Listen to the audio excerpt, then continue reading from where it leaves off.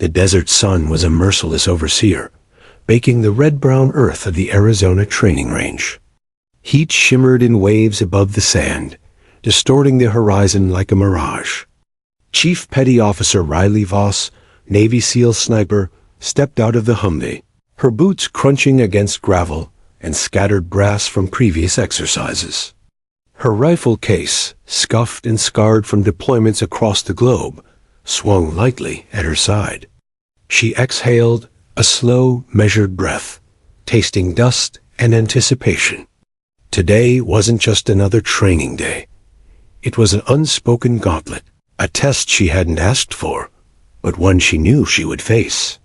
The Marines assigned to the joint exercise were already assembled, their polished rifles gleaming in the relentless sunlight. She recognized some of them, men who had fought in Iraq, in Afghanistan, some fresh recruits straight from boot camp. Their eyes flicked toward her as she approached. There was the subtle tilt of curiosity, the shadow of disdain. She knew their type, confident in numbers, certain that SEALs, especially women SEALs, were overrated in marksmanship, in leadership, in endurance. She kept her head high, her posture relaxed, letting her calm mask the storm she felt behind her eyes. "Morning, Chief," the range sergeant barked, his voice carrying across the line. A few Marines returned his greeting, nodding or smirking, but there was an edge, a sort of amused skepticism aimed squarely at her.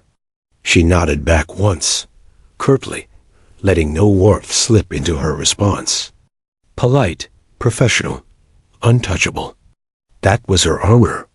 When she reached the supply tent, she asked for ammunition. Her voice was quiet but precise, carrying authority without arrogance. The sergeant froze, then let out a short, clipped laugh.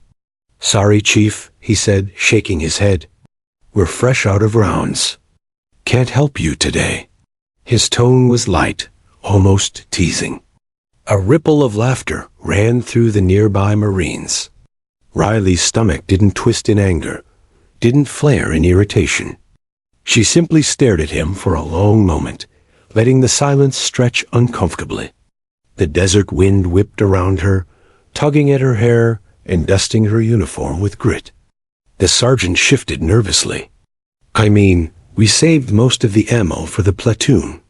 You understand, right?" Her eyes narrowed just slightly, the smallest flicker of steel in their depths. She didn't answer. Instead, she lowered herself to the ground, crouching on her haunches, scanning the dusty floor. Her hands moved quickly over the sand, picking through spent casings, dented shells, warped rounds left behind by Marines who had fired before her. Each shell was a story, a calculation gone wrong, a shot misfired, a weapon abused. The other Marines laughed again. "Look at her," one said, a young corporal with a crooked grin. "She's gonna try to make bullets from dust."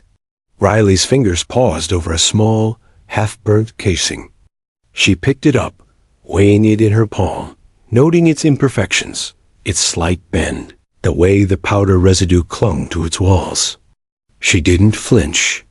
Years of deployment had taught her the value of overlooked details, the importance of patience, of study, of quiet mastery.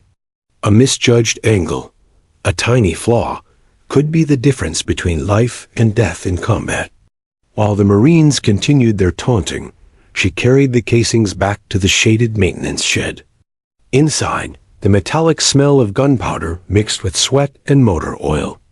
She requested the reloading press, the primers, powder measures, and hand tools from the supply officer. He hesitated for a moment, brow furrowed. "You're serious about this?"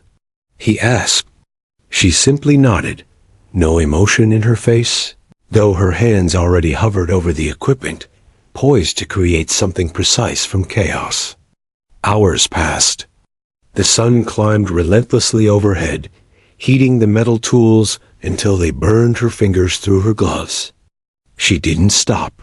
She sorted each casing by size and condition, cleaned them with meticulous care, measured powder by hand, seated bullets with obsessive attention to balance, weight, and alignment. Each round was a work of precision, a silent declaration. She would not be denied. The Marines drifted past the shed periodically, laughing, shaking their heads. "What's she doing, sewing magic bullets?" one asked, nudging his buddy.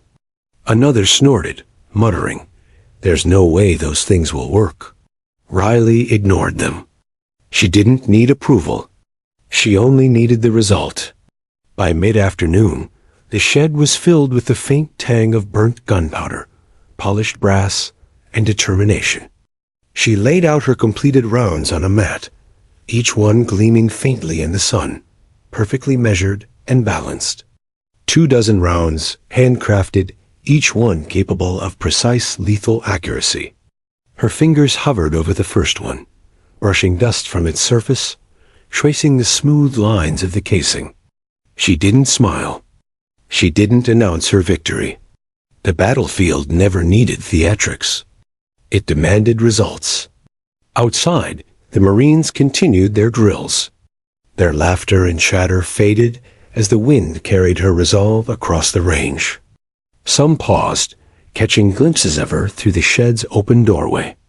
They didn't know the magnitude of what she had accomplished in isolation, crafting ammunition from what they had discarded, but they would soon find out. The sun began to dip lower, turning the desert sky to a deep, burning orange. Shadows stretched long and jagged across the sand, mirroring the tension building in the range. Riley cleaned her tools one final time, checking each round for uniformity. Even one error could ruin the shot, could betray the hours of work and experience behind her hands. As she packed her rounds carefully into a small, reinforced case, a gust of wind rattled the shed's metal roof. Dust swirled, and the smell of the desert carried in her face, reminding her why she trained for extremes, why she thrived under conditions others complained about. The Marines would mock, but she had already won the first battle, one of preparation, ingenuity, and unwavering calm under scrutiny. She left the shed just as the first stars began to puncture the twilight. The range was quiet now, the hum of generators fading, the occasional laugh of a Marine echoing faintly across the desert. Riley didn't need applause. She didn't seek recognition. She only needed her skills to speak louder than ridicule. The next morning, the challenge would be laid before her. The Marines would scoff, confident in their numbers, in their factory rounds, in their assumptions. She walked back to the firing line, rifle in hand, case of hand-loaded ammunition secure, boots crunching softly on the coarse gravel. Her eyes scanned the line of Marines, the targets set at extreme range, the desert stretching endlessly beyond. Every detail mattered: wind, humidity, temperature, grain of the sand beneath her elbows. Everything she had built, everything she had crafted, depended on precision. The sun dipped completely, leaving the desert in dusky twilight. Riley sat cross-legged on the firing line, methodically reviewing her scope adjustments, tracing the path of bullets she hadn't yet fired. The Marines didn't understand. They thought this was arrogance, or perhaps luck. They didn't see the meticulous calculations, the years of discipline, the countless hours spent perfecting skills in some of the harshest environments on Earth. And then, quietly, almost imperceptibly, a small smile tugged at the corner of her mouth. They were about to learn a lesson in patience, skill, and resilience, a lesson that would echo long after the desert wind erased footprints from the sand. For now, she waited, the night closing in, stars beginning to prick the sky with cold light. And she prepared to let her actions do what words could not, prove that mastery doesn't need permission. The desert was silent, but beneath the calm surface, tension thrummed like a tightly coiled spring. Riley Voss, alone but unshaken, had turned the Marines' scorn into fuel. She had built her arsenal in secret, a quiet rebellion of skill and determination. Tomorrow, the targets would speak. The range would bear witness. and those who had mocked her would discover what happens when someone refuses to be underestimated. Morning came like a blade across the desert, sharp and merciless. The sky glowed pale gold, the air heavy with anticipation. Riley Voss arrived at the firing line, her rifle case strapped to her back, her hand-loaded rounds nestled carefully inside a reinforced case. Around her, the Marines were already in position, rifles gleaming in the sunlight, their boots crunching over sand and gravel. The hum of generators and distant engines underscored the day's tension. They were confident, overconfident. Every sneer and sideways glance reminded her why she had worked all night, preparing for this very moment. The sergeant stepped forward, clipboard in hand, a smug grin tugging at his lips. "All right, Chief," he said, voice carrying over the dry wind. "Targets are set at 1,000 yards. Wind is gusting at 20 knots, so adjust accordingly. First 5 shots, dead center. Let's see if those little homegrown bullets of yours can keep up with real Marine steel." He chuckled, glancing at the others. Laughter rippled down the line, some of it nervous, most of it dismissive. Riley didn't respond. She dropped to the prone position, setting her bipod firmly against the coarse sand. The desert heat radiated through her uniform. The wind tugged at her hair, and grains of grit pricked at her skin. She adjusted her scope, methodically calibrating for wind drift, air density, and even the slight tilt of the target frame. Her breath slowed, each one deliberate, controlled. Years of combat had taught her the value of stillness under pressure, of letting the world around you fall away until only the shot exists. The Marines watched, some snickering, some curious, none prepared for the discipline before them. One young corporal whispered to another, "You think she even knows how to adjust for the wind?" His companion shrugged, eyes wide with amusement. Riley ignored them, her focus absolute. She selected her first handcrafted round, brushed the dust off the casing, and loaded it with a fluid motion that came from years of repetition. Her finger found the trigger, resting lightly. The desert seemed to hold its breath. She exhaled slowly, letting the tension drain from her shoulders, eyes locked through the scope. The first shot cracked, sharp and precise, echoing across the range. The steel target at 1,000 yards, pinned perfectly in the center. A few Marines squinted through their scopes, their faces going pale. "Impossible," muttered one, jaw tight. Riley didn't pause. She chambered the second round, adjusted her sight, factoring a sudden gust of wind. Another perfect ping. Then a third. Her group tightened, smaller than any she had ever seen at that range. The fourth and fifth rounds followed with mechanical precision, striking dead center. The desert seemed to exhale with her, the distant mountains glowing pink and gold as if acknowledging her skill. A heavy silence fell. The Marines, confident moments ago, froze. The sergeant lowered his binoculars, mouth slack. 5 shots. 5 in the center? He said, disbelief shaking his voice. The range officer, a tall man with graying hair and a stern expression, stepped forward. He examined her rounds, then the target. "Hand-loaded?" he asked, incredulous. Riley nodded, calm, measured. "Balanced powder. Precision seating. Military-grade components." Laughter had died on the line. Murmurs of "no way," and "how'd she do that?" rippled among the Marines. Their factory rounds, carefully mass-produced, now seemed inferior to these handcrafted munitions. One private muttered, She actually made them work." The sergeant swallowed hard, clearing his throat. "Chief Voss, your rounds are extraordinary. Words failed him. Riley set her rifle down gently, standing slowly. Her movements were smooth, deliberate. She didn't gloat, didn't raise her voice. The quiet command in her stance drew attention, drawing every eye in the line to her. "Your turn," she said simply, nodding toward the targets. The Marines stepped up, rifles ready, hands suddenly a little less steady. Confidence had shifted into tension. The wind gusted across the range, unpredictable now, teasing their bullets in ways they hadn't accounted for. One by one, they fired. The first Marine's round veered left, missing by inches. Another overcompensated for the wind, the bullet striking low. Each subsequent shot landed scattered, inconsistent, the result of overconfidence and underestimation.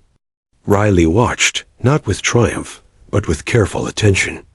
She noted their errors: grip, timing, misread windage, failure to compensate for subtle shifts in the sand beneath their elbows. The patterns were clear to her, mistakes that could have been avoided with patience and precision. The sergeant's face darkened. He barked adjustments, but the damage was done. The groupings remained poor, and the whispering among the Marines grew. "It's the ammo," one said nervously. "No, can't be," muttered another. Riley remained still, her focus unwavering.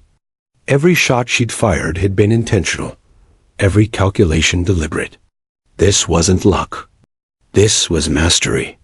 The young corporal who had mocked her yesterday finally spoke, voice low, almost reverent. "Chief, how did you?" He trailed off, unable to finish. Riley crouched slightly, brushing sand from her gloves. "Precision isn't magic," she said. "It's preparation, patience, and practice. You've got the tools. You just need to respect them." Her voice carried a calm authority, the kind that silences doubt and commands attention without shouting. By mid-morning, the desert had become a stage. The sun burned higher, casting long shadows across the range, painting the scene with stark contrasts of light and heat. Riley's rounds had drawn a small crowd, officers, instructors, and Marines alike, all observing her every move. Cameras were raised, notebooks scribbled in frantic attempts to capture her technique. The air hummed with tension, a mix of admiration and disbelief. She lined up her final 5 shots, this time intentionally incorporating minor adjustments for gusts that would challenge even seasoned marksmen.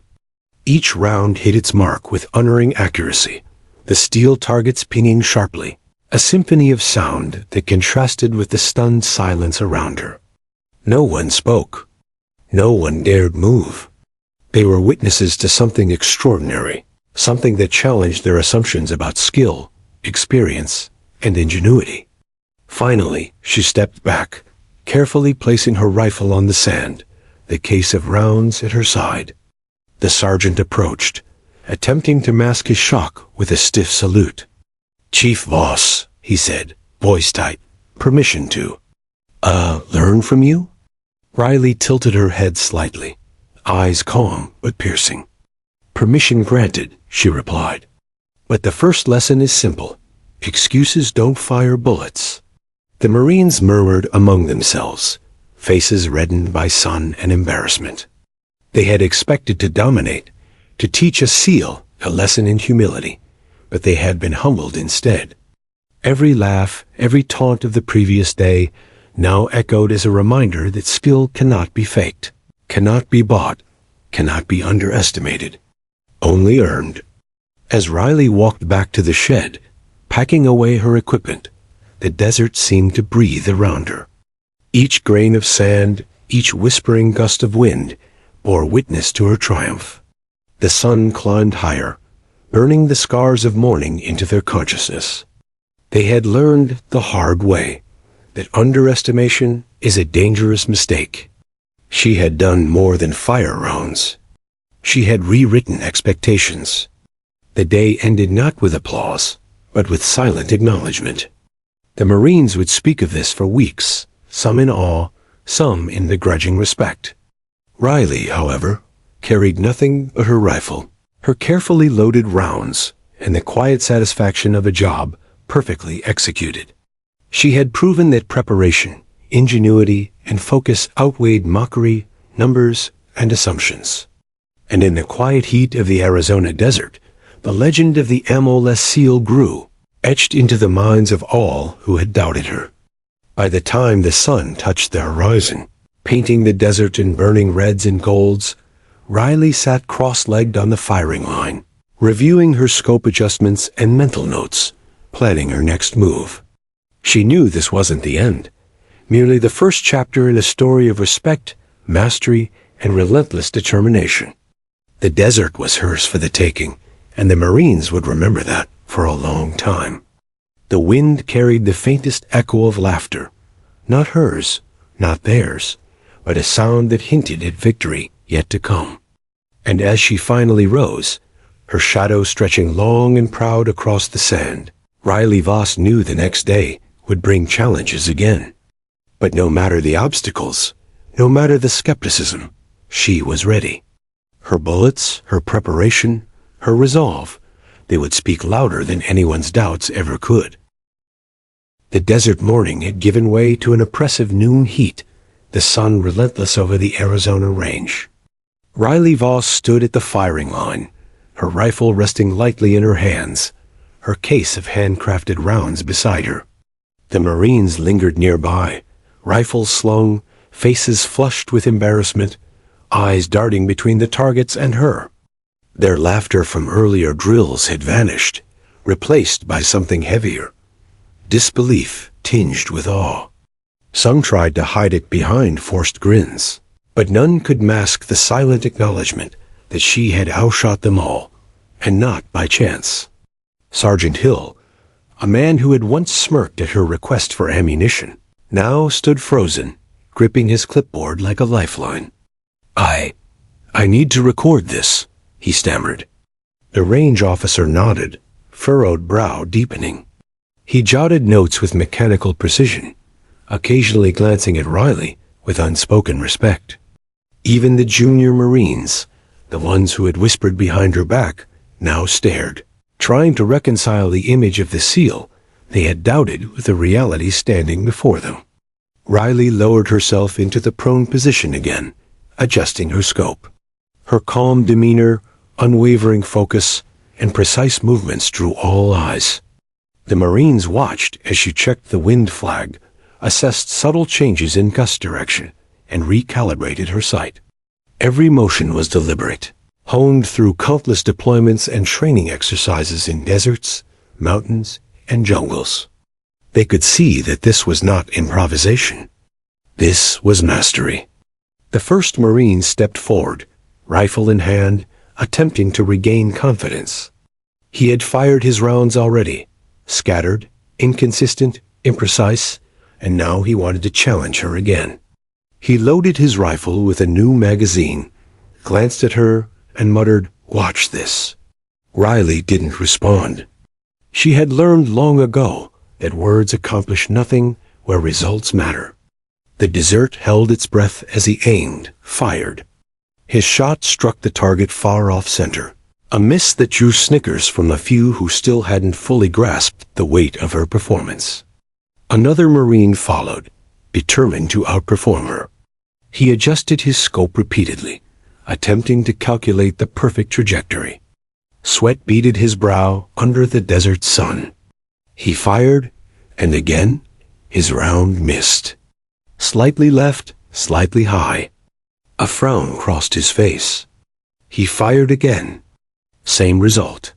Panic flickered across his expression. The precision Riley had demonstrated was not something to be faked or guessed.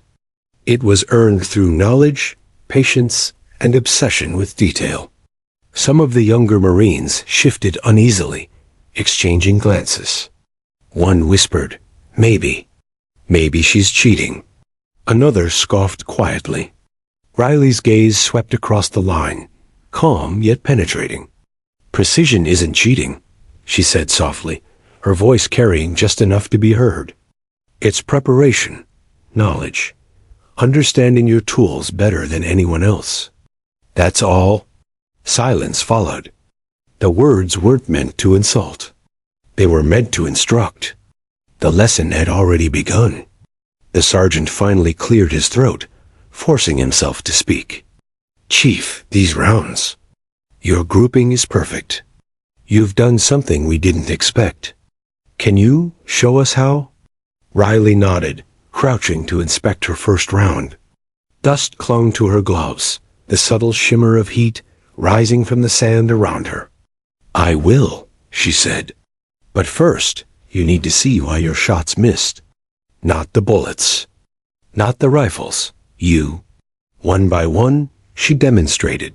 Stance, grip, breathing, sight alignment, and how the tiniest error, a finger too tight on the trigger, a shifted elbow, a misread wind gust, could send a round far from the target. The Marines followed, some reluctantly, others with growing curiosity. For the first time, they realized that their confidence had been built on assumptions, on the belief that factory ammo and standard drills would guarantee success. They had underestimated her, and the cost of that underestimation was clear. The desert air shimmered with tension as Riley fired another round for demonstration. The steel target pinned dead center. The sound rang louder than her words, carrying a lesson the Marines could feel in their chests. She paused, letting the echo fade.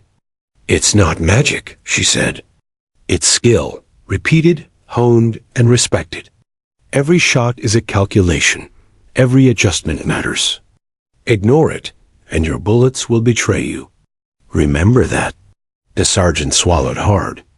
"Permission to observe more closely?"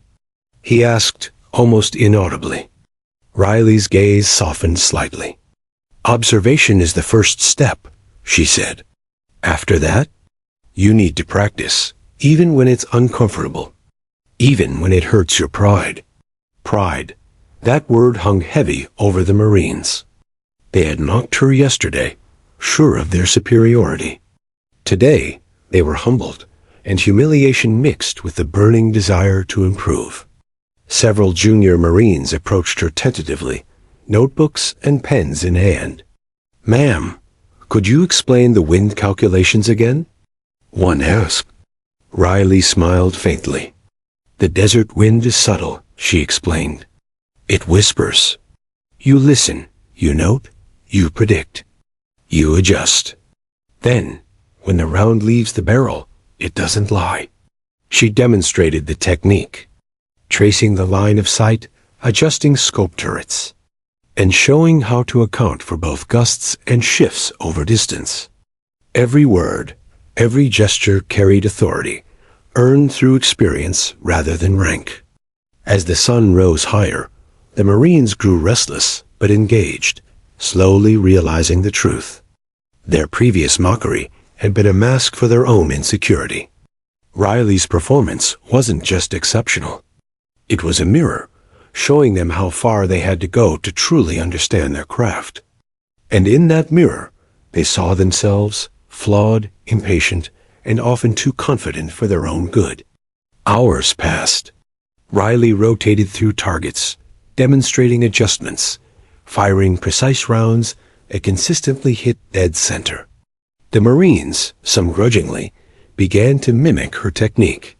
The first few attempts scattered wildly, but gradually, as her methods sank in, they began to tighten their groupings. Their faces reflected frustration, then dawning comprehension, then finally, a spark of pride tempered by humility. They had learned something far more valuable than winning a range competition: the weight of preparation, patience, and true mastery. Sergeant Hill approached again, clipboard shaking slightly in his hands. "Chief," he said, voice quieter now, stripped of smugness. We underestimated you. Can you mentor us during this exercise?" Riley studied him, the other Marines, the targets stretching across the desert. Finally, she nodded. "Yes," she said, "but you have to earn it. Listen, practice, respect the process. Excuses don't fire bullets, only discipline and skill do." The group shifted as Riley returned to her prone position, preparing for another round. The desert seemed alive, the wind carrying the echoes of her voice and the metallic pings of precision bullets. Around her, the Marines no longer laughed. They no longer whispered insults. They watched, absorbed, hungry for the knowledge she could impart. Each round she fired was a lesson, each careful adjustment a demonstration of mastery. By late afternoon, the line of Marines had transformed. Where there had once been mockery, there was respect. Where there had once been arrogance, there was humility. They had witnessed a performance that challenged every assumption they had carried onto the range. Riley Voss had done more than fire bullets. She had rewritten the rules of engagement, if only in a small desert corner, against skeptics and doubters. When the sun began its slow descent, painting the sky in fiery oranges and reds, Riley packed her rifle, case of handcrafted rounds secure. She stood at the edge of the range, scanning the Marines, who now moved with a quiet confidence tempered by respect. No words were necessary. She had spoken through her skill, her precision, her unwavering calm. And the desert, silent witness to the day's events, seemed to acknowledge the victory, bending light and shadow across the sand as though honoring the discipline it had observed. The echoes of her shots lingered long after she left the line, mingling with the warm desert wind.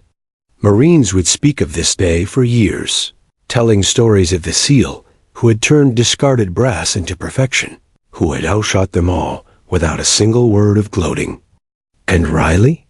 She carried only her rifle, her meticulously crafted rounds, and the quiet satisfaction of a job flawlessly executed. The desert heat had softened into an orange haze by late afternoon, the sun lingering low in the sky, casting long, jagged shadows over the range. Riley Voss stood at the center of the firing line, her hand-loaded rounds secured in their reinforced case, rifle balanced lightly in her hands. The Marines who had mocked her yesterday now lingered close, eyes wide, bodies tense. Something had shifted. Their earlier confidence had been replaced by a mixture of awe and cautious humility. Even Sergeant Hill, who had once laughed at her request for ammunition, seemed smaller somehow, stripped of pride. "All right," Riley said, her voice calm but carrying authority. "You want to learn why your shots missed yesterday? Then pay attention." She crouched down to eye level with a group of younger Marines, demonstrating proper prone position. The wind tugged at their uniforms, scattering sand, tugging hair, but she didn't flinch. Her focus was total, her movements fluid. She adjusted elbows, shifted shoulders, and showed how even a tiny misalignment could throw a shot off by feet at 1,000 yards. The junior Marines followed her instructions, hands shaking slightly as they tried to mimic her form. Riley didn't scold.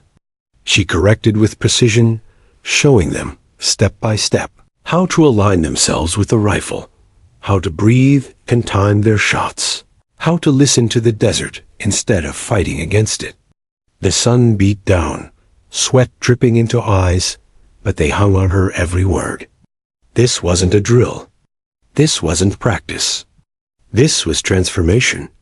Sergeant Hill approached nervously, scratching the back of his neck. "Chief, some of these guys think they've already seen it all. How do you—" He trailed off. Riley glanced at him, her eyes steady. "You lead by showing, not telling," she said. "People remember results, not lectures. If they fail today, it's not because they're incapable. It's because they haven't learned to respect the process. Make them see it for themselves." One by one, Riley picked up the Marines' rifles, demonstrating subtle adjustments to sight and trigger control. She showed them how to read wind flags, how to account for gusts at different altitudes along the target line, and how temperature affects the powder burn. Each adjustment she made was deliberate, almost surgical. She explained why a half-degree misalignment or a poorly seated bullet could turn a perfect shot into a catastrophic miss. They listened, scribbling notes furiously, nodding, faces growing red from both sun, and concentration. A young private, barely out of boot camp, hesitated. "Ma'am, what if I get it wrong again?" His voice was shaky. Riley crouched beside him, brushing sand from her gloves. "Then you learn," she said simply. "Mistakes are more valuable than compliments. You'll fail 100 times before you succeed once. That one success will be worth all the failures."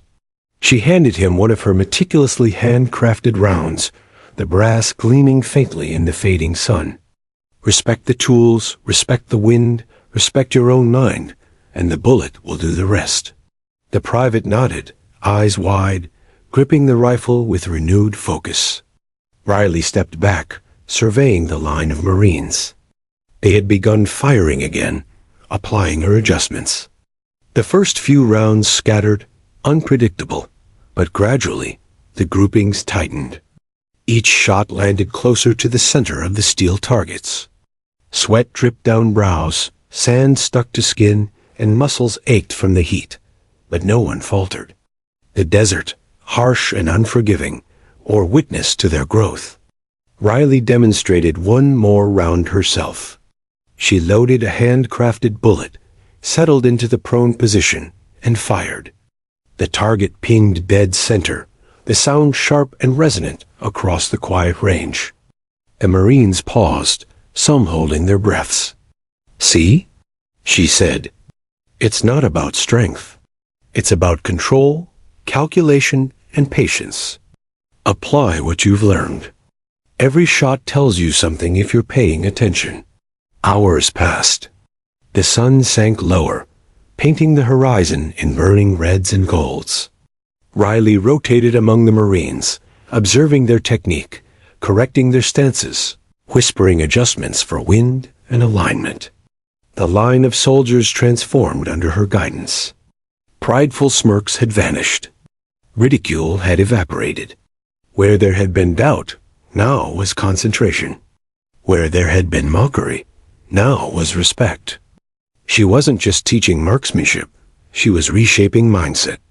Sergeant Hill approached again, his face tight but softer than earlier. "Chief, permission to ask a question?" he said. Riley glanced up, tone neutral. "Go ahead. How did you manage to stay so calm under fire, so precise? Even when the Marines were mocking you?" Riley considered him for a moment, eyes steady on the horizon. "Discipline," she said. "Control over your mind, your body, your tools. If you react to every insult, every distraction, you lose the game before it begins. Calm is your edge. Precision is your weapon. Learn that first." The lesson went deeper than techniques or hand-loaded bullets. It was about patience, about understanding the tools at hand, about controlling emotions under pressure. The Marines began to absorb it, not just through their hands, but through observation. The rhythm of her movements, the quiet confidence that required no words to enforce respect. Their groupings continued to improve, the steel targets bearing witness to their progress, the pings of successful rounds echoing across the range like proof of metamorphosis. Riley paused at one point, kneeling beside a private whose elbow had slipped. She corrected him with a gentle touch, adjusting the angle, showing the subtle difference between control and chaos. "It's in the details," she said softly. "Every millimeter matters. Treat it like life depends on it, because in real combat, it does." The words sank in, heavy with meaning, and for the first time that day, the private's eyes gleamed with understanding beyond mechanics. Even Sergeant Hill was quiet, watching, realizing that the lesson wasn't about bullets or rifles. It was about transformation under adversity. Riley's performance, her focus, her skill, had forced them all to rethink everything they assumed about competence and respect. What they had dismissed as arrogance was in fact mastery, earned and disciplined, quiet and absolute. The sun had nearly disappeared, leaving long shadows and a cool breeze whispering across the desert floor. Riley called the line together for a final exercise. Each Marine fired 5 rounds, applying every lesson, every correction she had imparted. The difference was staggering. Groupings shrank. Targets were hit center with precision previously unimagined by the young soldiers. One by one, the murmurs of disbelief turned into quiet exclamations of respect. Finally, Riley stood, gathering her rifle and rounds. She scanned the transformed line of Marines, seeing faces bright with comprehension, shoulders squared, eyes sharper than when they had arrived. They had learned humility, discipline, and respect, lessons that would endure far longer than the echo of bullets in the desert air.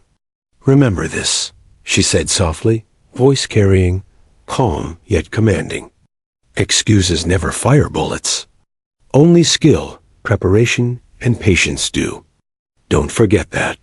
The wind picked up, carrying the faint metallic tang of gunpowder, the whisper of sand over stone, and the quiet applause of a lesson well learned. Riley packed her equipment, watching as the Marines filed back to camp, quieter, humbler, but alive with the spark of potential. They would talk about this day for years. They would tell stories about the SEAL who had outshot them without a single word of arrogance, who had turned mockery into mastery, and the handcrafted rounds that spoke louder than any insult. By twilight, the desert was quiet again, stars pricking through the deepening blue sky. Riley sat on the firing line, brushing dust from her gloves, eyes scanning the horizon. The range was empty now, but the lessons lingered, embedded in every footprint, every shell casing, every ping of steel. She had accomplished more than precision shooting today.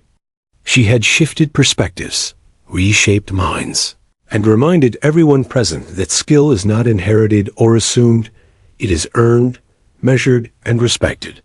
As she rose to leave, rifle slung over her shoulder, the weight of the day settled in, not a burden, but a quiet satisfaction. Tomorrow, there would be new challenges, new lessons. But today had been enough. For now. By the time Riley Voss returned to her tent that evening, the desert had cooled slightly, though the air still carried the faint tang of gunpowder and hot sand. Her boots left shallow impressions in the dust, footprints that would soon fade beneath the shifting winds. Inside, she set her rifle down carefully and began inspecting her hand-loaded rounds. Each one gleamed faintly in the dim light, polished, precise, a testament to hours of preparation and unwavering focus. Outside, the camp buzzed with whispers. Word of her performance on the range had spread faster than the desert wind. Marines crowded around the mess hall and generators, recounting the story in hushed, incredulous tones. "Did you see the grouping? Dead center, 5 shots, 5 hits?" One whispered, "Hand-loaded bullets, from scratch." Another shook his head. "She didn't just outshoot us, she humiliated the whole line." The gossip was relentless. By nightfall, Riley's name was on every tongue. Some called her a genius. Others muttered that she had some secret advantage. None questioned her skill. Even the skeptics were forced to acknowledge the precision, the control, the absolute mastery she had displayed. The rumors painted her as both a mystery and a legend. The SEAL who had turned discarded brass into perfection. The sniper who could silence doubt with a single measured shot. Riley didn't seek attention. She didn't respond to whispers. Instead, she continued her routine, meticulously cleaning her rifle, checking her gear, and reviewing mental notes for the next day.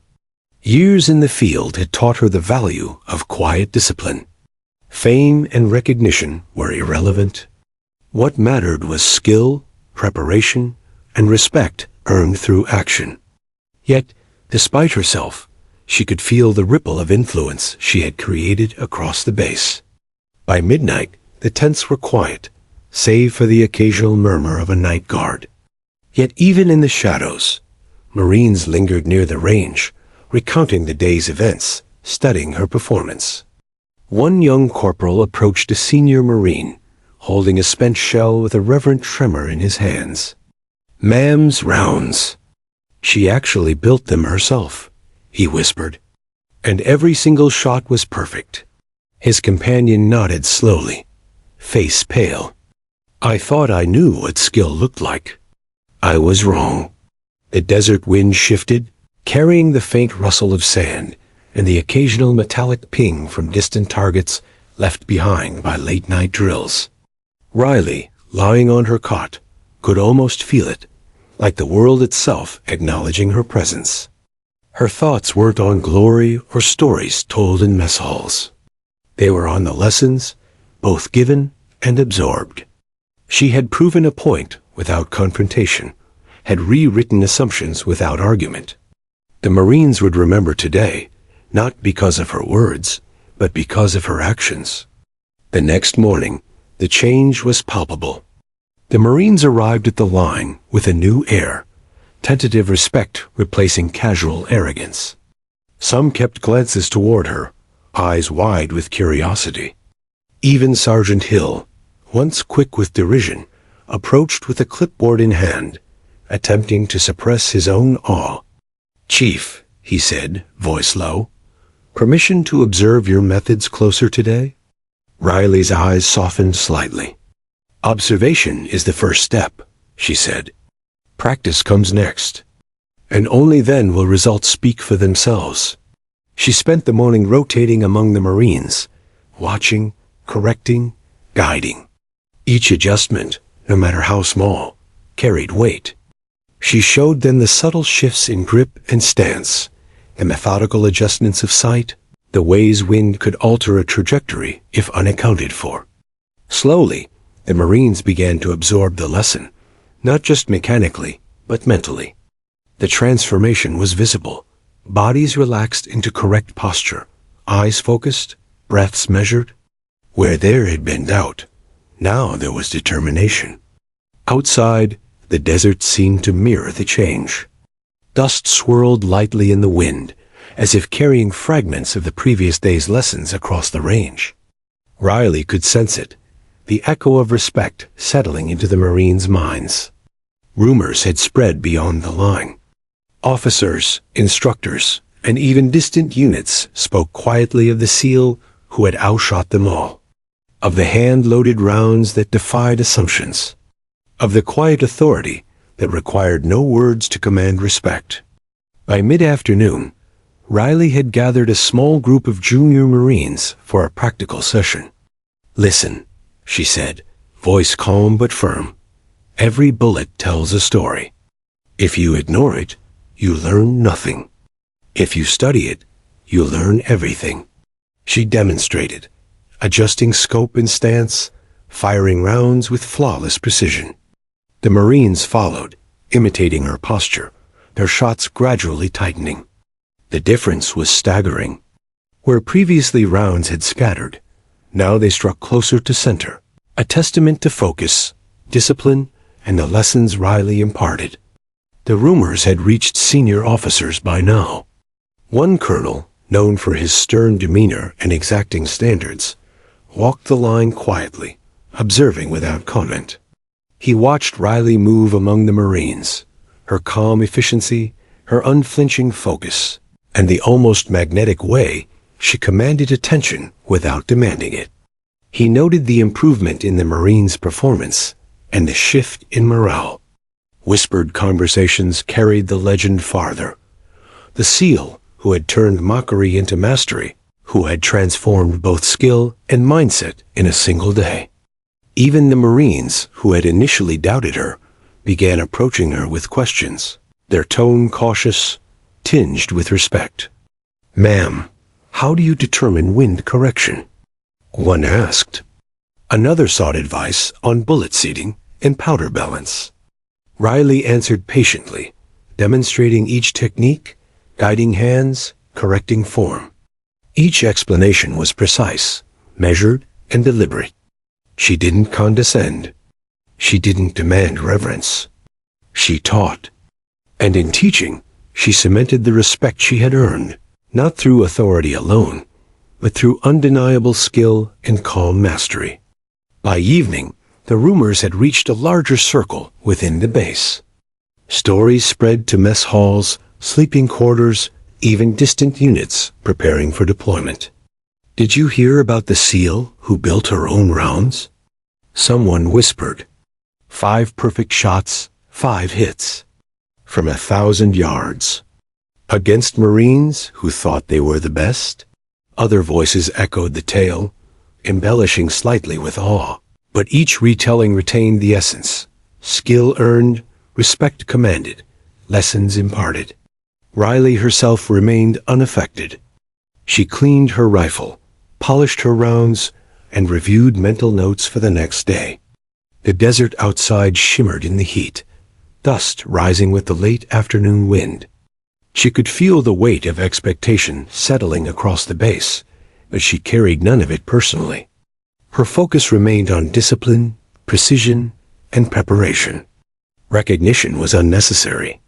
Her bullets, her method, and the results spoke for her far more clearly than words ever could. Night fell. Campfires dotted the perimeter, small clusters of Marines speaking in hushed tones. The story of Riley Voss had grown, whispered with reverence and disbelief. Her calm, calculated actions had rewritten expectations, turning derision into admiration, scorn into curiosity. And though she rested quietly in her tent, the desert seemed to acknowledge her presence. Carrying fragments of the day, the pings of steel, the swish of bullets, the subtle whisper of wind, across the sand like a living legend in the making. By the next morning, the transformation was undeniable. Marines who had doubted, mocked, and scorned her were now eager to absorb her lessons. Respect was no longer tentative. It was active, embodied in posture, focus, and meticulous execution of tasks. Riley moved among them, observing, correcting, guiding. Each adjustment, each word reinforced the lesson. Preparation, patience, and skill outweigh arrogance and assumption every time. Even distant units had heard of her exploits. Mess hall chatter, instructor anecdotes, and whispered accounts all painted the same picture. A Navy SEAL who had taken nothing, built everything, and reshaped minds through precision and quiet authority. And while stories spread like wildfire, Riley's own thoughts remained simple. Every bullet, every adjustment, every measured breath mattered. That truth, carried in her handcrafted rounds and her unshakable focus, would outlive rumor and legend alike. By twilight, Riley sat alone at the edge of the firing range, rifle in her lap, rounds secured nearby. The desert stretched before her, endless, indifferent, yet witness to the transformation she had catalyzed. The Marines' whispers, their newfound respect, and the legacy of her actions lingered in the air, a quiet reminder that mastery speaks louder than mockery, and preparation outweighs doubt. She allowed herself a brief, satisfied exhale. Today, she had done more than fire bullets. She had rewritten expectations, quietly, methodically, and flawlessly. The morning sun cut sharply across the Arizona desert, painting the range in crisp gold and casting long shadows behind scattered targets. Riley Voss arrived early, her boots crunching against gravel, her rifle case in one hand and the reinforced box of hand-loaded rounds in the other. Today was different. Today, the higher command would observe. Officers she had never met, some with decades of service and a reputation for exacting scrutiny, would witness her skill firsthand. Their expectations, however, were minimal. The rumor of her previous exploits had traveled ahead, but skepticism lingered.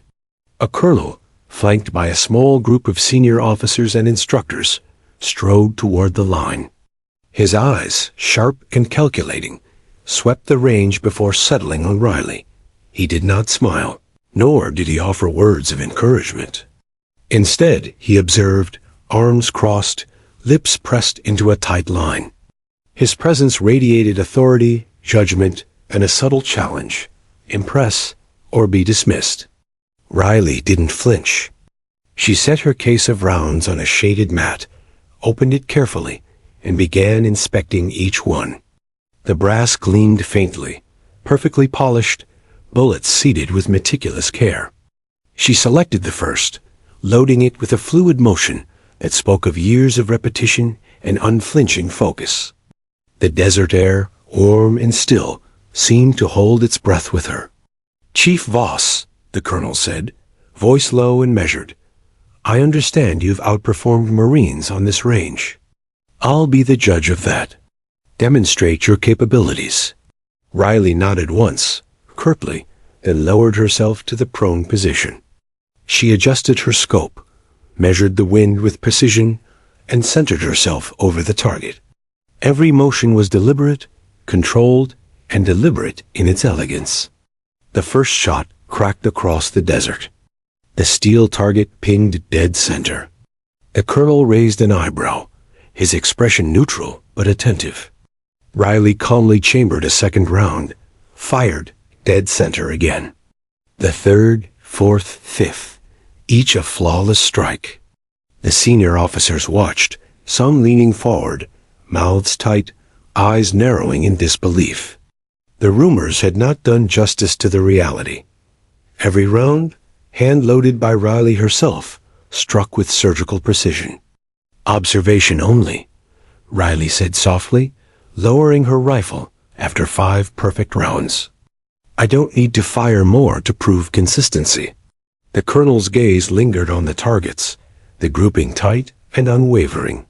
He turned slightly to an aide, nodding subtly. Even the hardened instructors exchanged glances, unspoken acknowledgement passing between them. One of the younger officers, a lieutenant with a skeptical expression, stepped forward. "Your ammunition," he said cautiously. "Hand-loaded rounds. Are you suggesting these perform better than standard issue?" Riley didn't answer immediately. She picked up another round, turning it slowly between her fingers. "Not better," she said finally. "Different. Precision comes from control, preparation, and understanding. Factory rounds can be reliable, yes, but they are mass-produced. My rounds are studied, crafted, and tested with one purpose: accuracy. Results speak for themselves." The colonel finally spoke, voice deep and resonant. "Chief Voss, you've demonstrated exceptional skill under observation. How did you manage this without standard support?" Riley met his gaze, calm, unwavering. "Ingenuity, discipline, and preparation. When resources are limited, you adapt. You don't complain. You create. That is what separates those who succeed from those who fail." She set her rifle down gently, folding her hands in her lap. The officers remained silent, absorbing her words. Her calm confidence, her mastery of both weapon and environment, and her ability to command respect without raising her voice created a palpable tension. They were evaluating more than marksmanship. They were witnessing leadership, ingenuity, and the kind of problem-solving that turned ordinary soldiers into exceptional operators. Riley rose, walking deliberately along the line, demonstrating her methods to the observing officers. She explained stance adjustments, subtle sight corrections, and methods to read wind flags over extreme distances. Her hands moved with practiced grace, her explanations precise and authoritative. Each officer leaned slightly closer, scrutinizing her every gesture, mentally cataloging techniques for their own units. The colonel finally nodded. "Impressive," he said, voice low but firm. "Your ability to transform limited resources into precise results is exemplary. You've demonstrated not just marksmanship, but leadership and ingenuity." Riley inclined her head slightly, expression neutral. Praise was irrelevant. The results had already spoken. Word of her performance with senior command spread quickly across the base. By midday, whispers filled tents, mess halls, and motor pools. "The SEAL who handcrafted her own ammo?" One soldier whispered. She just proved it in front of the colonel himself. Another shook his head, astonished. We saw it yesterday, but this is next level. Even those who had doubted her skills now spoke in reverent tones, acknowledging her precision, discipline, and ability to influence others without arrogance. The Marines, watching from the sidelines, began to mirror the posture and focus Riley demanded. Her influence had already changed the tone of the range. Laughter and mockery were gone, replaced by attention, determination, and a quiet hunger to improve. Even those who had been skeptical now asked questions, sought guidance, and practiced with renewed vigor. Riley's presence alone commanded a subtle, transformative authority. Later in the afternoon, Riley led a small practical session for both Marines and officers. She demonstrated hand-loaded round preparation, showing how precise measurements, careful bullet seating, and thorough inspection created unmatched accuracy. Every demonstration was deliberate, every step a lesson in discipline. The senior officers nodded, some making notes, some whispering to colleagues. Riley didn't need to shout. Her skill and calm confidence spoke louder than any words. By sunset, the range had transformed. What had begun as a standard exercise had become a living lesson in discipline, ingenuity, and mastery. Marines who had doubted, mocked, or sneered now carried a quiet respect. Their skills improved, their understanding deepened. Senior command had been convinced, not only of Riley's marksmanship, but of her ability to inspire, teach, and transform. Riley packed her gear carefully, each round checked and secured. The desert wind carried the faint metallic tang of spent casings, whispers of awe, and the subtle echoes of pings from steel targets. She walked back toward her tent, boots stirring dust, shadows stretching long behind her. The rumor of her skill, the legend of the hand-loaded rounds, and her ability to command respect without confrontation had spread across the base and beyond. That evening, officers convened quietly, discussing what they had witnessed. Exceptional, one murmured. Not just marksmanship, leadership, ingenuity, precision under pressure. Another added, she's an asset. The way she transforms Marines, even in a single session, is remarkable. Riley's influence was no longer confined to whispers. It was recognized formally, and her methods were quietly recommended for observation and adaptation across other units. Riley, meanwhile, remained focused on the fundamentals. She cleaned her rifle methodically, polished the rounds, and reviewed her mental notes. Recognition was irrelevant. The results, the lessons imparted, and the skill displayed were enough. She had transformed assumptions, inspired respect, and demonstrated mastery without arrogance. The desert around her, silent and vast, seemed to hold its breath in acknowledgement, the fading sunlight casting a golden halo across sand and steel alike. By nightfall, the camp had grown quiet. Marines spoke in hushed tones, officers discussed techniques, and the legend of Riley Voss, the SEAL who had handcrafted ammunition, Outshot seasoned Marines, and earned the respect of senior command, had taken root. She sat quietly at the edge of the range, rifle in her lap, rounds secured, eyes scanning the horizon. Every ping, every whisper of wind, every shifting grain of sand seemed to affirm what she already knew. Preparation, discipline, and mastery speak louder than mockery or doubt. Tomorrow would bring new exercises, new challenges, and perhaps new skeptics. But today, Riley had achieved something extraordinary. She had turned disbelief into respect, skepticism into fascination, and a standard training exercise into a masterclass in precision, discipline, and quiet authority. And the desert, vast and indifferent, had witnessed it all. The morning sun rose over the Arizona desert like a blazing sentinel, casting sharp shadows across the firing range. Riley Voss arrived early, rifle case in hand, her box of handcrafted rounds secured with meticulous care. Today was not another demonstration. Today was the ultimate test. The Marines she had taught, the skeptics she had silenced, and the senior officers she had impressed would all watch as she faced a challenge that would cement her skill and authority. The colonel from yesterday arrived first, flanked by several high-ranking officers and instructors. Their expressions were measured, professional, but there was an unmistakable glimmer of anticipation. Word had spread across the base. Riley Voss, the SEAL sniper who had handcrafted her own rounds, was about to perform an advanced precision drill that no ordinary Marine could match. The tension was palpable. Riley sat up at the line, scanning the range with eyes that measured every nuance: wind gusts, subtle temperature changes, and the distance between steel targets stretching over 1,000 yards. Her movements were calm, deliberate, and precise. She adjusted her scope, leveled the bipod, and checked the chamber. Every detail mattered.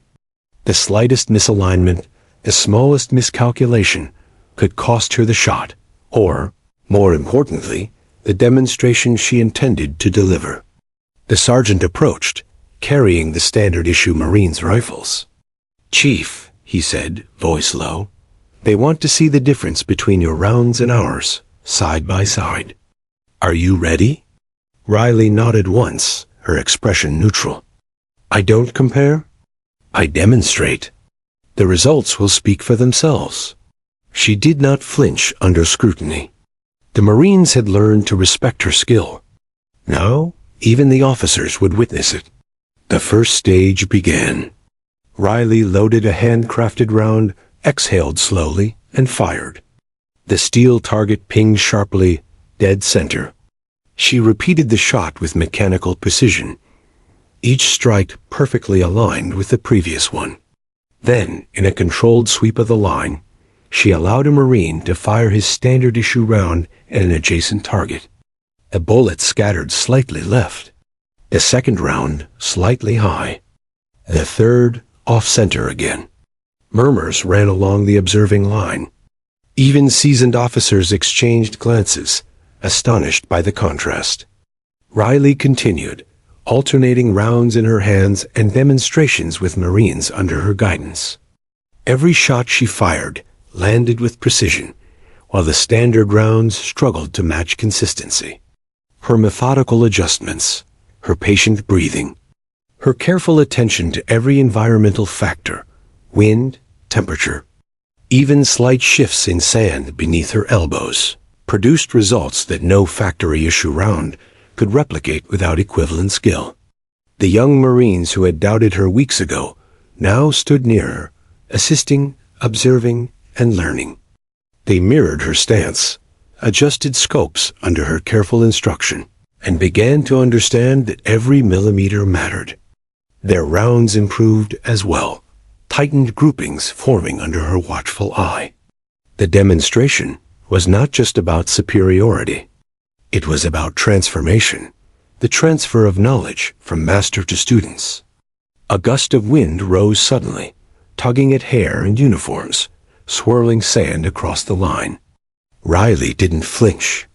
She adjusted, factoring the subtle change in wind direction and strength. Her round left the barrel, striking dead center. A Marine fired in the same conditions, and his round deviated slightly to the left. The officers took notes, some whispering among themselves. The contrast was undeniable. Skill, preparation, and adaptation outweighed raw equipment every time. The climax came when Riley set up the final target, a series of steel plates at extreme range, staggered at varying distances, some partially obscured by natural desert obstacles. "This," she said calmly, "is not about brute force or luck. It's about understanding. Watch, learn, and adjust." She loaded her first round, measured the wind, aligned her scope, and fired. The bullet struck the farthest target precisely. She adjusted slightly and struck the next one. Then the next, each shot landing dead center in succession. The desert seemed to hold its breath. The officers were silent, eyes wide. The Marines watched, their expressions a mixture of awe and comprehension. Riley had demonstrated not only mastery of her craft, but also an almost surgical precision in teaching. Each shot told a story of patience, preparation, and absolute focus. Her hand-loaded rounds were not magic. They were extensions of her discipline, skill, and understanding of physics, environment, and equipment. When the final plate pinged with perfect accuracy, Riley lowered her rifle, standing slowly. The desert wind swept across the range, carrying with it the echoes of her skill. The colonel approached, his expression still professional, but his eyes betrayed respect. "Chief Voss," he said quietly, "you have not only demonstrated unparalleled marksmanship, but also the ability to inspire, teach, and elevate those around you. Exceptional." The Marines erupted quietly, some clapping, others merely nodding in reverent acknowledgement. The junior soldiers approached, asking questions about stance, sight alignment, and round preparation. Riley answered with calm authority, guiding, correcting, demonstrating. Her influence was no longer tentative. It had become absolute. Respect, earned through skill and patience, radiated across the range. One of the senior instructors, an experienced sniper himself, stepped forward. "Chief," he said, voice low, "your rounds. The handcrafted ammunition. It's remarkable. How long did it take you to perfect them?" Riley smiled faintly. "Years of trial, error, and observation. Each round is a lesson, each test a chance to improve. Skill is not inherited. It's earned, measured, and respected." The remaining Marines gathered around, now fully attentive. They practiced under her watch, firing rounds with increasing precision. Riley's handcrafted bullets remained flawless, but she emphasized that the lesson was not the ammunition alone. It was the mindset, discipline, and attention to detail that produced results.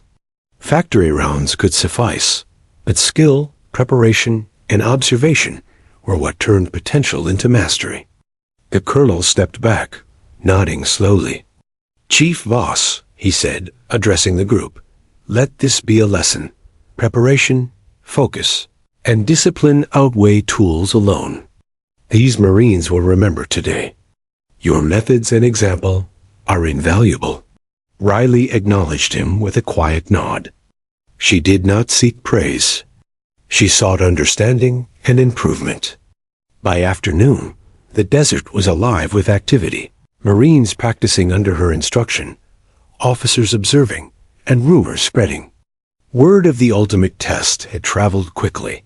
Whispers of perfect hand-loaded rounds, flawless marksmanship, and ACAL, who had earned the respect of both peers and command. Riley's legend was no longer a rumor. It was tangible, documented, and witnessed by all present. As the sun dipped low, painting the horizon with fire red and gold, Riley packed her rifle and rounds carefully. She paused to survey the transformed line of Marines, focused, disciplined, and improved. Skepticism had vanished, replaced with understanding, respect, and a burning desire to emulate her dedication. Her influence had reached beyond skill alone. It had reshaped attitude, mindset, and morale. That evening, Riley sat alone at the edge of the range, rifle in her lap, rounds secured. The desert stretched endlessly before her, silent and indifferent, yet witness to the day's achievements. Her thoughts were simple. Preparation, patience, and mastery matter more than mockery or assumption. She had proven it, taught it, and transformed those who had doubted her. The stars began to pierce the twilight sky, reflecting in her calm eyes.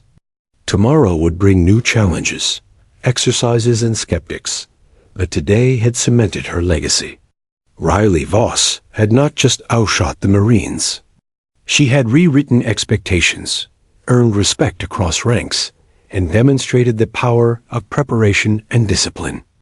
The desert wind carried faint echoes of her bullets' pings, whispers of lessons learned, and the silent acknowledgement of a job flawlessly executed. By nightfall, the legend was complete. Riley Voss, the SEAL who had handcrafted ammunition, outshot Marines, and transformed skeptics into students, had proven that skill, discipline, and quiet mastery always speak louder than doubt. The desert stretched endlessly, bathed in the soft glow of the rising sun. Riley Voss walked slowly along the firing range, rifle case slung over one shoulder, the box of meticulously hand-loaded rounds in the other. Today, there would be no formal demonstration, no observers, no expectations. Today was quiet, a time for reflection, for observing the transformation she had inspired in the Marines who had once doubted her. The camp hummed softly with activity, soldiers moving methodically, checking gear, and preparing for the day's exercises. Yet the atmosphere was different from the previous weeks. Laughter and idle chatter were replaced by focused attention and deliberate movements. Every Marine she passed carried herself differently now. Straighter posture, measured steps, hands steady, eyes alert. Respect, discipline, and confidence had replaced the arrogance and skepticism that once dominated the range. Riley paused by the edge of the training line, observing a young corporal adjusting his scope under the guidance of another Marine who had learned from her. Their rounds flew with surprising precision, hitting targets closer to the center than anyone would have expected yesterday. She allowed herself a small, satisfied smile. The lessons had taken root. The chain reaction of knowledge and discipline she had sparked was now self-sustaining. A group of junior Marines approached her, notebook and pen in hand. "Ma'am," one said hesitantly, "we wanted to thank you for showing us how to focus, how to really aim and think. Everything is different now. Our shots, our mindset, even how we work together." Riley nodded, quietly impressed by the sincerity in their voices. She knelt, brushing sand from her gloves. "The work doesn't stop here," she said. "Skill isn't a one-time thing. It's repeated, refined, and respected every single day. Your progress proves you're ready to keep learning." The senior officers, meanwhile, were engaged in hushed discussion, reviewing notes and reports from the previous day's ultimate test. The colonel, who had once been skeptical, now regarded her methods with respect bordering on reverence. "Her discipline and preparation aren't just for marksmanship," he murmured to an aide. "They're a lesson in leadership, patience, and adaptability. Any unit could benefit from observing her methods." The aide nodded, scribbling notes furiously. Riley's influence had quietly permeated the command structure. Back at the range, Riley observed Marines practicing under her watchful eye. One by one, they adjusted stance, recalculated wind, and applied lessons on patience and precision. Their groupings tightened, and the sound of steel targets pinging became a rhythm of progress. The desert itself seemed to resonate with this transformation, once harsh and indifferent, now a silent witness to mastery, focus, and growth. Riley's handcrafted rounds remained a quiet testament to her discipline. Though she had proved their effectiveness beyond doubt, she carefully stored the remaining bullets, not for glory, but for continued practice.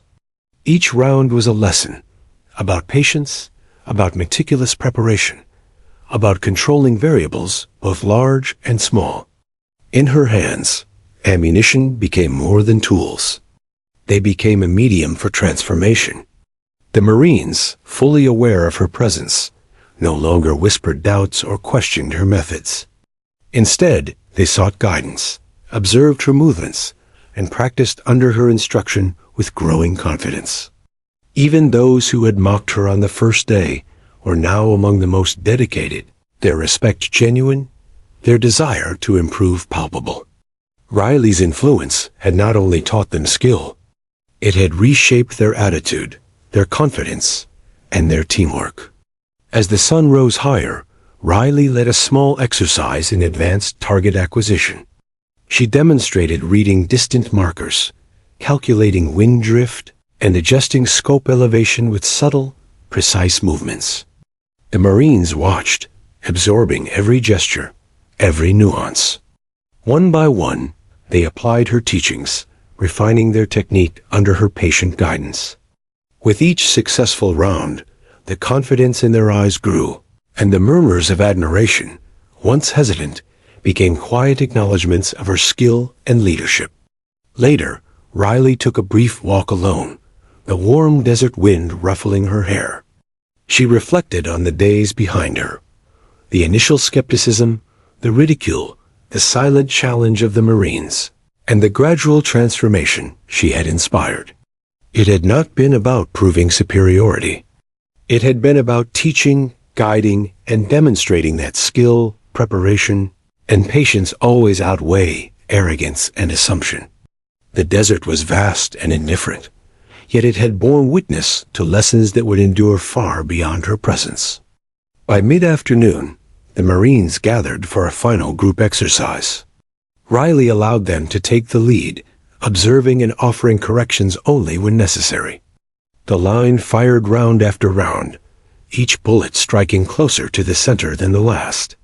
The groupings were precise, controlled, and consistent, a tangible proof that her influence had taken root. Her handcrafted rounds had taught them accuracy, but her instruction had instilled discipline, focus, and the confidence to apply knowledge independently. The colonel returned briefly to observe, watching the line with arms crossed. He noted the precision, the posture, and the calculated movements of the Marines. "She's done more than improve their marksmanship," he murmured. "She's reshaped their approach to problem-solving, their patience, and their respect for skill. This is the kind of teaching that changes a unit permanently." Riley returned to her rifle, checking each component carefully as the Marines finished their exercise. She addressed them one last time, her tone calm but firm. "What you've learned today is not the end," she said. "It's a foundation. Mastery comes from repetition, observation, and respect for your tools and environment. Apply these lessons daily, and they will serve you in ways you cannot yet imagine. Remember, precision, patience, and preparation always win where arrogance fails." The Marines nodded, their faces reflecting gratitude, respect, and determination. Some had tears glinting in their eyes, not from pain or fear, but from understanding, recognition, and admiration. Riley's influence had gone beyond instruction. It had touched their core, shaping their approach to every task, every challenge, every bullet fired. As the sun dipped toward the horizon, Riley packed her rifle and rounds once more. The desert stretched endlessly, bathed in twilight. The echoes of steel targets pinging, the subtle whisper of wind, and the footprints of disciplined Marines formed a silent testament to the lessons imparted. She walked along the line, observing one final time, noting the confidence and focus that now radiated from every soldier. Her work here was complete, at least for now. Riley did not seek recognition, medals, or applause. The desert, vast and eternal, was her witness. The Marines would carry her lessons forward, not as stories of a legend, but as skills and discipline etched into muscle memory, mindset, and heart. Her influence would endure long after she departed, not in rumor alone, but in the quiet excellence of every Marine who had learned from her. Finally, Riley paused at the edge of the range, gazing at the vast expanse of sand, steel, and sky. She allowed herself a rare, small smile. The job had been done flawlessly. She had turned mockery into respect, doubt into determination, and ordinary Marines into disciplined operators. And though the legend of her handcrafted rounds and flawless marksmanship would ripple across the base and beyond, she cared only for the work itself, the transformation achieved, and the knowledge that she had passed on skills and values that would endure. As night settled, stars pricking through the deepening blue sky. Riley walked away from the firing line, her boots stirring the dust. The desert behind her remained silent, yet the evidence of her presence lingered. Perfect groupings on steel targets, confident Marines practicing quietly, and the subtle hum of respect that would carry forward long after her departure. The legend of Riley Voss, the SEAL who had outshot them all, handcrafted her own rounds, and inspired a unit through precision, patience, and discipline, had been written in steel, sand, and quiet excellence. The desert night embraced her as she disappeared beyond the dunes, leaving behind not just perfect shots, but a legacy of skill, focus, and quiet authority that would endure for years. And somewhere, in the echo of bullets and the whisper of the wind, the story of her handcrafted rounds lived on, a testament to what mastery, discipline, and respect for the craft can achieve.